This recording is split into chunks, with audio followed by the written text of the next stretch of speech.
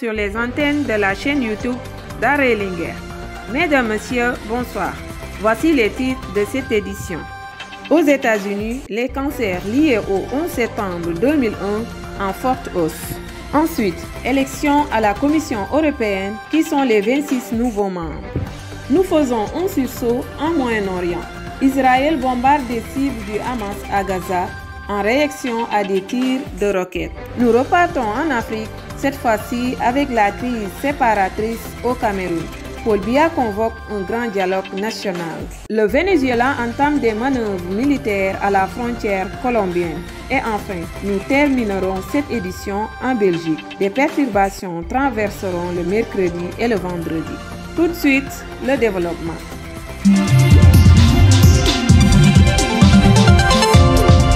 Bienvenue à tous et merci de vous informer sur la chaîne YouTube Dara Linguère. Aux États-Unis, 8 ans après les attentats du 11 septembre, le bombardement de la tour des jumelles continue de causer de sérieux problèmes de santé. Des milliers d'individus exposés aux produits toxiques dans les ruines des tours jumelles sont touchés par des cancers parfois rares. Les périodes d'incubation arrivent à leur terme. Selon John Mormando, New-Yorkais sportif qui venait de terminer une course Ironman de 226 km, a appris qu'il avait un cancer du sein le 23 mars 2018. Employé du NYMEX, la bourse spécialisée dans l'énergie et les métaux, était retourné au travail à moins d'une semaine après les attaques.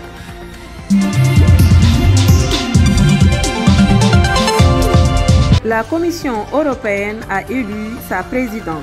La future présidente de la Commission européenne, l'Allemande Ursula von der Leyen, a dévoilé mardi 10 septembre l'affectation de ses 26 commissaires européens à l'exception du Royaume-Uni en partance.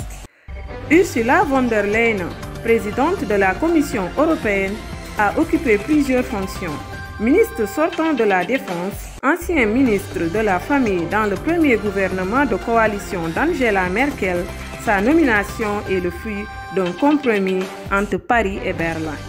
En voici la liste exhaustive classée par famille politique: 9 membres de centre droite PPE, 9 membres sociaux-démocrates SND, 7 membres libéraux centristes ADLE, un vert ALE et enfin un conservateur souverainiste CRE.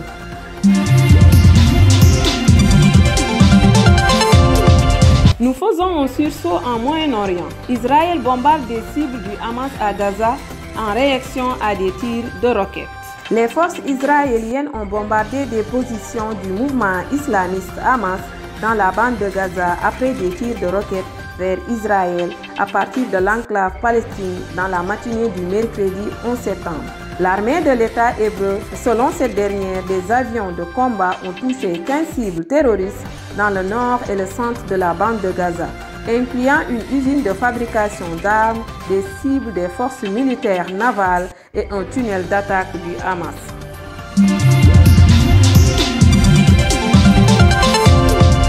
Nous repartons en Afrique avec la crise séparatrice au Cameroun.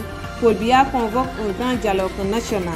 Le président camerounais Paul Biya, 86 ans et au pouvoir depuis près de 37 ans, annonce mardi 10 septembre la convocation au grand dialogue national sur le conflit meurtrier entre des groupes séparatistes de la minorité anglophone et les forces de sécurité dans l'Ouest.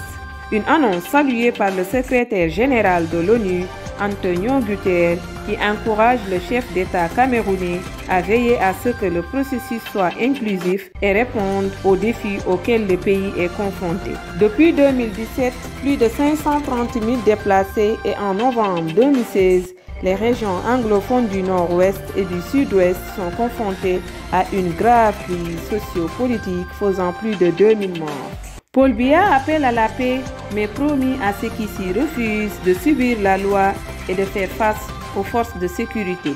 Yulis Ayoub Tabé et 9 de ses partisans ont été condamnés à la prison à vie le 20 août. De nombreux observateurs avaient alors estimé que cette condamnation n'était de nature à favoriser le dialogue.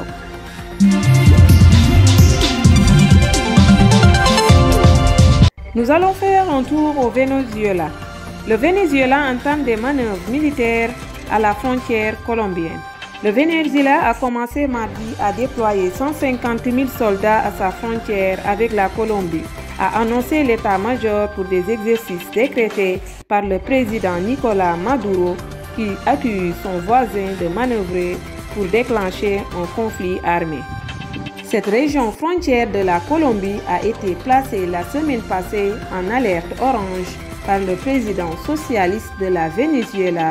Pour sa part, le président colombien a dit ne pas céder à la provocation et a écarté l'hypothèse d'une intervention militaire contre son voisin. Selon une correspondance de l'AFP sur place, la FANB, la Force armée nationale bolivarienne, qui est une force de paix, commençait à arriver à l'aéroport de la Fria, dans l'état de la Táchira ouest, pour tenter d'apaiser les tensions entre ces deux pays voisins.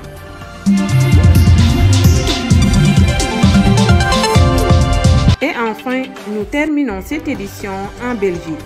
Des perturbations traverseront le mercredi et le vendredi. Une perturbation associée à une dépression située entre l'Islande et la Scandinave, conséquence de l'ouragan Dorian, traversera la Belgique mercredi, annonce IRM, l'Institut Royal Météorologique, dans son bulletin météo. Vendredi, une autre perturbation est par ailleurs attendue. Mercredi, le ciel sera généralement très nuageux avec des périodes de faibles pluies à partir de l'ouest. Les maxima se situeront entre 15 degrés en Haute-Fagne et 18 ou 19 en plaine, mais pourraient sous quelques éclaircies locales atteindre 20 ou 21 degrés. Le vent sera souvent modéré et dans la région côtière de secteur sud-ouest, parfois assez fort avec des rafales autour de 40 ou 50 km/h dans l'intérieur, à la côte autour de 60 km/h.